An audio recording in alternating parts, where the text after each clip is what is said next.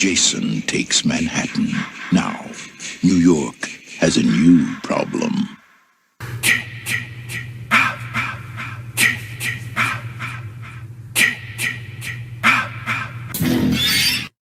Happy Friday the 13th, everybody. There hasn't been a Friday the 13th on the calendar since January of this year, and it completely flew over my head. And what a perfect month to have it pop up again. October. So let's continue Horror Month on GamerThumbTV by talking about some slasher movies. After Halloween led the charge into the 1980s, setting up the slasher movie formula, all of its stereotypes, and making the genre wildly popular, everyone was getting in on the monster craze. There were one-shot movies like Chopping Mall and My Bloody Valentine, but the 1980s also spawned long-running franchises with a million sequels. And what happens when horror movies last way longer than expected? They start sticking their monsters in locations where they don't belong. Leprechaun went to the hood, Pinhead went to space, and actually Jason did too. But before that, Jason left Camp Crystal Lake to go somewhere much closer to home, New York. So today we're going to look at one of the more ridiculous entries in the Friday the 13th series. Friday the 13th, Part 8, Jason Takes Manhattan.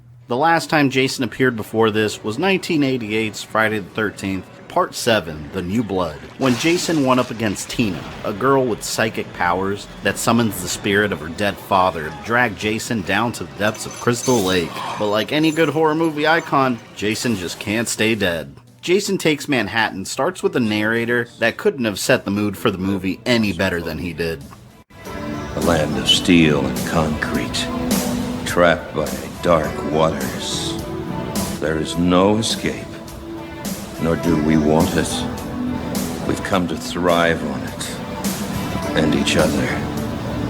You can't get the adrenaline pumping without the terror, good people. I love this town. Oh, and I love that Batman logo in Times Square, by the way, firmly establishing this movie in 1989 when Tim Burton's Batman was released. We also get some beautiful shots of late 1980s New York, an alleyway mugging, a barrel full of mystery fluid, as Splinter comes out beginning his mutation, a diner with an extra on the right clearly looking at the camera crew filming him.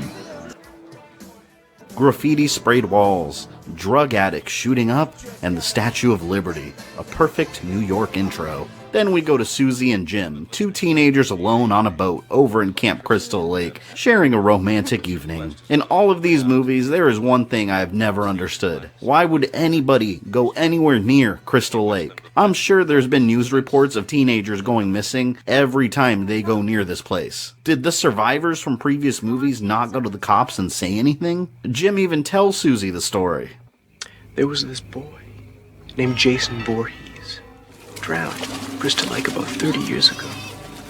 Legend has it that Jason came back to get even, vowing to kill every teenager in the area. And every now and then, the murders just start up. Then he throws an anchor overboard so they can spend the romantic evening there. What a fantastic idea. And uh-oh, what's that? A 3,000-volt electrical cable, which of course brings Jason back to life in an awesome sequence right out of a classic monster movie.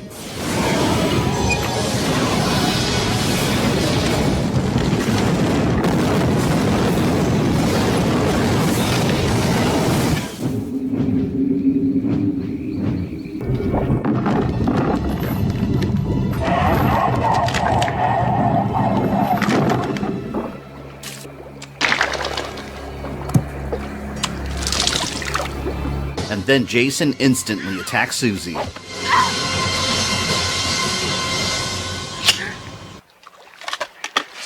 Oh, wait a minute. That was Jim being an asshole, with a mask that happens to look exactly like the one that Jason wears, which Jason actually does take for himself, and uses it to give Jim a taste of his own medicine.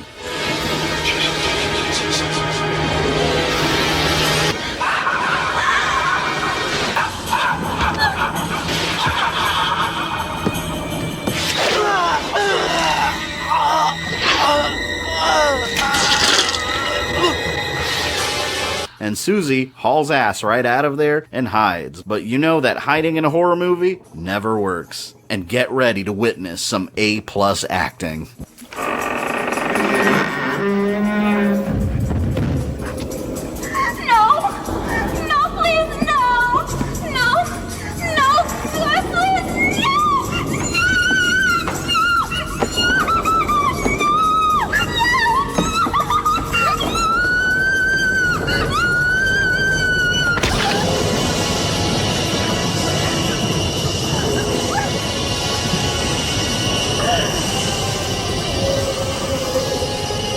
What a fantastic opening, and it only gets better from here. The graduating class of Lakeview High School is getting ready to go on a little boat cruise to New York to celebrate their grad bash. Let's go ahead and take a look at some of our main characters, the future potential victims of Jason Voorhees. The main character and obvious hero of the story is Rennie, a young student who's terrified of water, and she's encouraged by her teacher to go on the cruise to overcome her fears. And why is she afraid of water? Well, her Uncle Charles used to take her to Crystal Lake and tell her scary stories about Jason. You don't want to end up drowning like that Voorhees boy, do you? He never learned how to swim either. He's still in the bottom of this lake. He is not. And then threw her in the water to teach her how to swim. What a dick. Oh, and her teacher also gave her a pen, supposedly used by Stephen King in his early days. Stephen King supposedly used it in high school. And if there's anybody that can make use of that pen, it's you. Okay, I mean, it's just a writing utensil. Anyone can use a pen. Asshole Uncle Charles also happens to be a teacher at Rennie's school, and her legal guardian. And he's also in charge of all the students on the boat. And he's that stereotypical teacher character that has a stick up his ass and bothers all the students to finish projects at the most inappropriate times.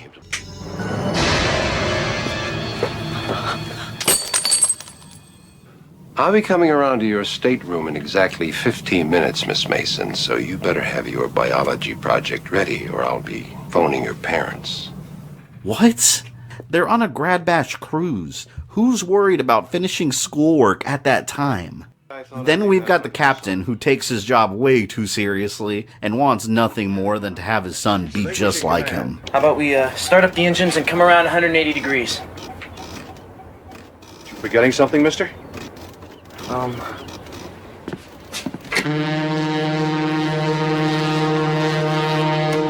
Send out the International Maritime Signal, followed by a security broadcast warning other ships that we are underway.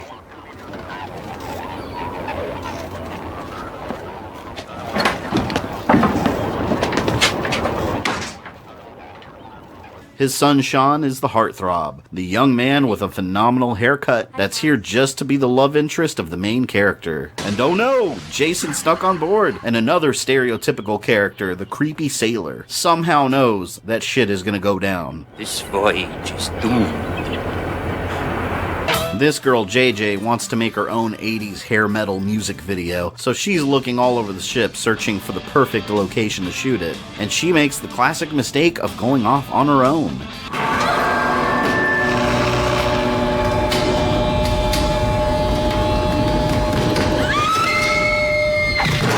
Damn.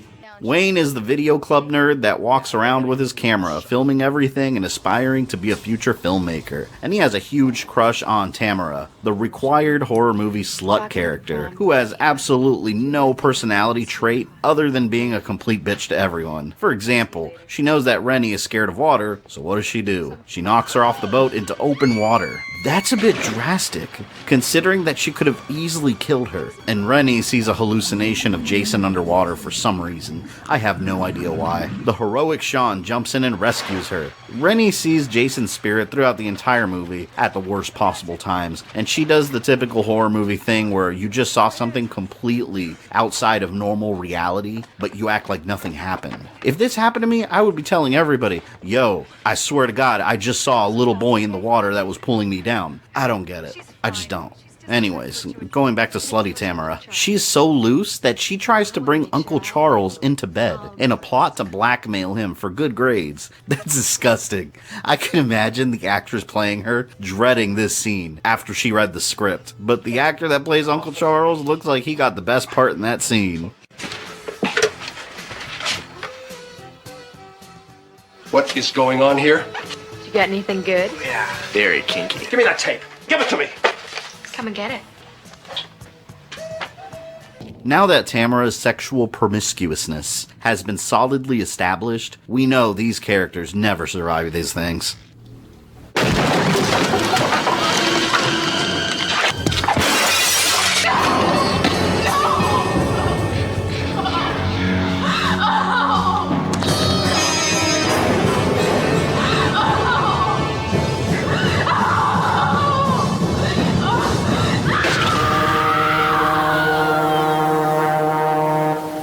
Jason starts slowly creeping around the ship and spies on Rennie changing, and you see her dog there, and oh please, don't kill the dog. I can see just about anybody getting dismembered in a movie, and I'll be fine, but I hate seeing dogs get hurt. She sees another vision of Jason, who looks completely normal by the way. He's supposed to be this horribly disfigured kid. That was the whole point of the character's origin story. That's why none of the other kids wanted to play with him. But on to some more new characters. We have Julius, or as I like to call him, Diet Apollo Creed. You'll see why later. He's the school's undefeated athlete that all the girls drool over. And Jason keeps creeping around the boat looking for unsuspecting victims and finds this dude in a sauna. And this guy has another typical stupid horror movie character trait, talking to someone without bothering to look to see if they're really there. What do you say we track down those babes later? Hey, listen, no hard feelings, man, okay? Julius?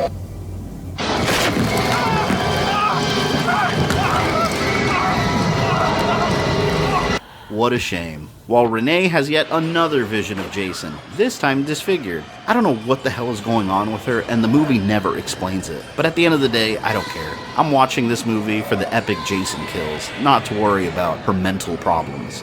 The captain notices that really bad weather is coming in. I have to pose this question. Did nobody bother to check the weather before leaving? Now, mind you, I don't know the first thing about sailing, but I assume it's a basic thing that the boat captain would have checked. But a good storm always sets the mood for great horror. These kids are in for one hell of a storm. Could that be foreshadowing? Oh my God.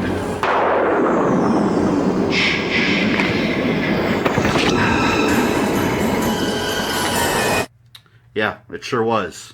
Sean finds his dad with his throat slit. He tries calling for help on the emergency radio, but like a responsible movie killer, Jason rips the communication lines. This is where the shit hits the fan, and the movie really gets going. Everybody realizes that something is clearly wrong, and Julius gathers a bunch of weapons like the badass that he is. What are you taking, Julius? Nothing. But this gun. In classic Friday the 13th tradition, Jason begins his rampage in epic fashion, now that he's no longer in stealth mode. The man behind the mask, the legendary Kane Hodder, plays Jason here, by the way, for the second time of 4. And he's always been my favorite actor to play him. Who you put under the costume does matter. Even though the role doesn't require any speech or face time, Jason does have a specific presence, and when Kane Hodder is in the costume as Jason, you can always tell it's him by his body frame and his movements. He always just seems to project this very imposing and brutal image.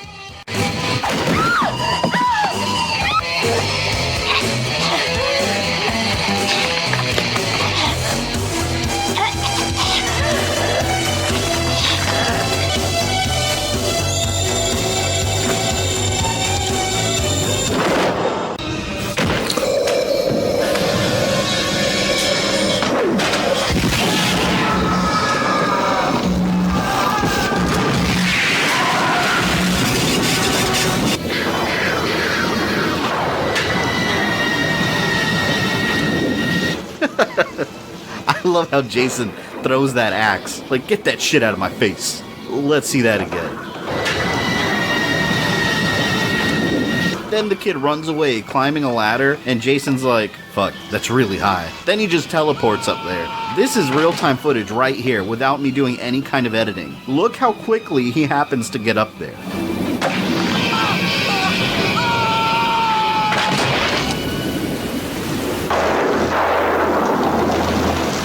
While Jason's busy slaughtering everyone, Rennie is hallucinating, again, like a crazy person, and gets surprised by Jason.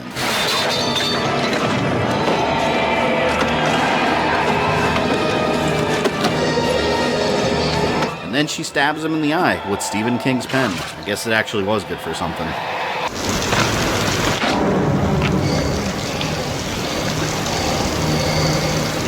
With everyone in a panic, dumbass Uncle Charles still thinks it's far-fetched that Jason is back. He's one of those characters that refuses to believe anything until it's right there in their face. It's not possible.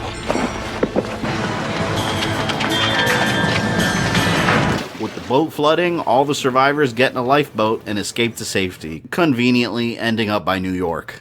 What's this? Jason followed them there. Okay, I find it hilarious that he made it from a sinking ship in the middle of the sea to the shores of New York with no boat. Did he just like Aquaman swim underwater to get there? I don't know. Who cares? He's in New York too, somehow.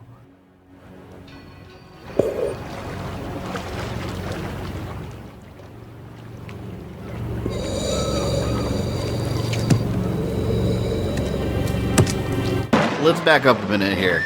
This movie is called Jason Takes Manhattan. One can assume most of the movie involves Jason rampaging through Manhattan, causing all kinds of chaos, right? Well, when he gets on land, the movie is at about the 1 hour and 4 minute mark. That's near the end of the movie. And instead of rampaging through Manhattan, he's mostly focused on tracking down the boat survivors. He barely cares about anybody else. I think a far more accurate title for the movie would have been Friday the 13th Part 8, Jason Briefly Visits Manhattan. But in reality, we probably didn't spend too much time in New York because it really is expensive to film there. Most of the movie was actually filmed in Vancouver and Los Angeles. It didn't help that the idea of Jason slashing through New York was already controversial before the movie even came out. The original poster had Jason cutting through an I Love New York logo, and the New York City Tourism Committee actually filed a complaint, so they ended up retracting the poster and downplaying the whole New York aspect of the movie. Anyways, getting a bit off topic here. And the first thing that happens when the group travels through the New York alleyways, they get mugged. And the two thugs take Rennie away to have their way with her, and inject her with drugs to make her more docile. But Jason saves the day. Come on, baby. Lay back and enjoy it.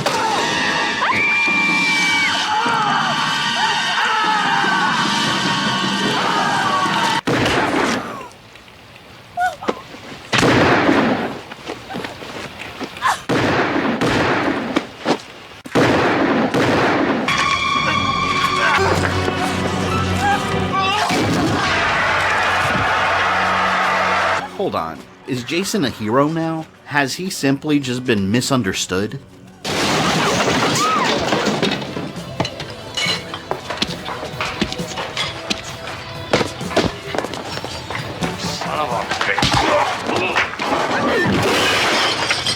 Oh, well, never mind.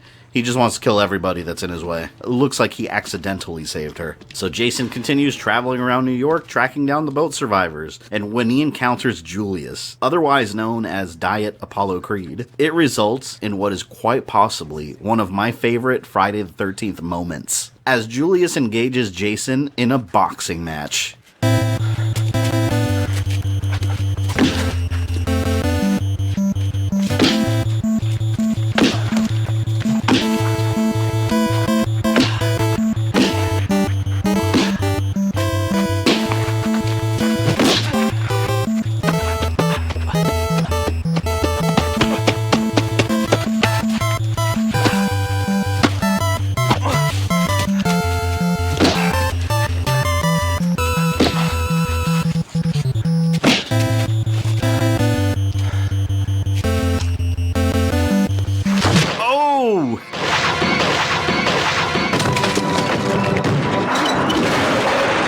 Luckily, the rest of them find the police and get some help. But you know, horror movie police are essentially useless.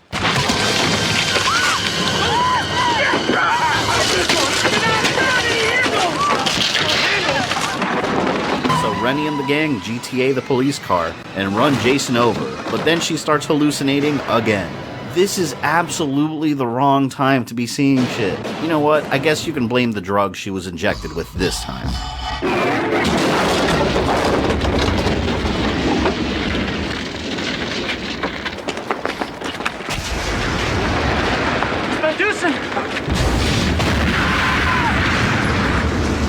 And then she remembers that Uncle Charles used to throw her in the lake, causing her fear of water. And she remembered all this because she happened to look at a puddle. Is this the first time in her life that she's seen a puddle? Why is this what triggered it? but then they start arguing about it. You just witnessed one of your teachers burn alive in the car that you crashed because you're hallucinating. Jason is lying on the ground feet away from you. Let's think for a moment. Could it be possible that this might not be the best time to be arguing about your uncle throwing you in water when you were a child? It doesn't matter at this point anyways.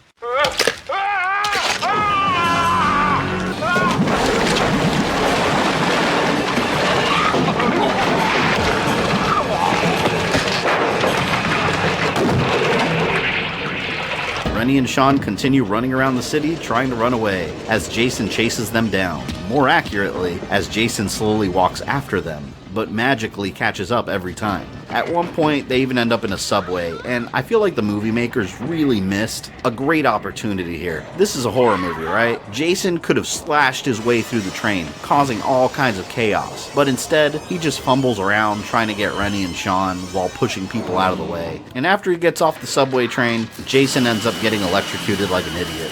Could that really be how he gets taken out for good? Well, Rennie and Sean seem to think so. And, what the hell is that? Is this guy not wearing pants? Okay, I've never been to New York. I'm dying to go. But if anyone has been to New York, please let me know in the comments down below if people regularly walk around in long coats wearing no pants. And no, the electrocution didn't do anything to Jason, by the way. At this point, he's just tired of this shit. Cracks don't get you, that the hookers will. I love this. Let's watch that again.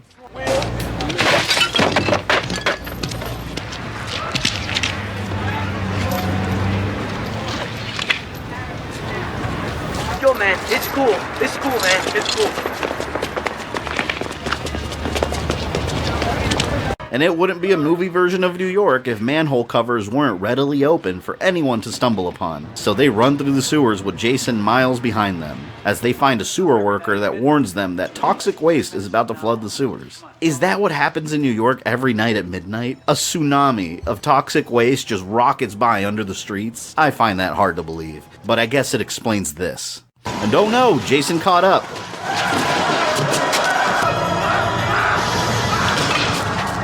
And then Rennie splashes toxic waste in Jason's face, revealing it for the first time in this movie. And I have to say, as the sequels progressed, Jason's face gets more and more grotesque, but this one just looks kinda goofy, with not many detailed features. His face in Part 7 looked much better from a movie makeup point of view. As Rennie and Sean try to escape the sewer, the toxic waste tsunami comes and finally kills Jason.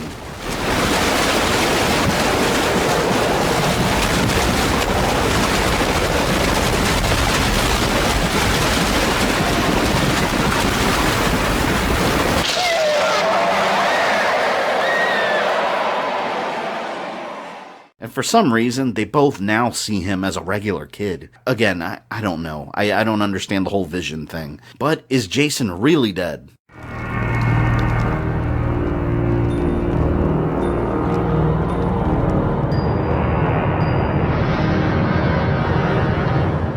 Oh, it's just the dog.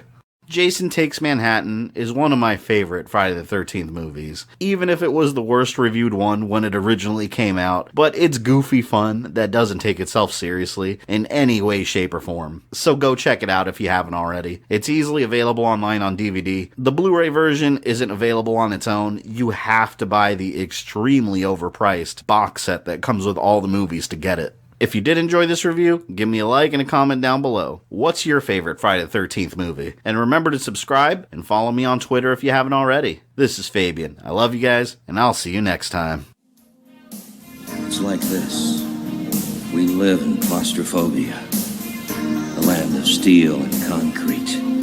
Trapped by dark waters. There is no escape. Nor do we want it. We've come to thrive on it. And each other. You can't get the adrenaline pumping without the terror, good people. I love this town.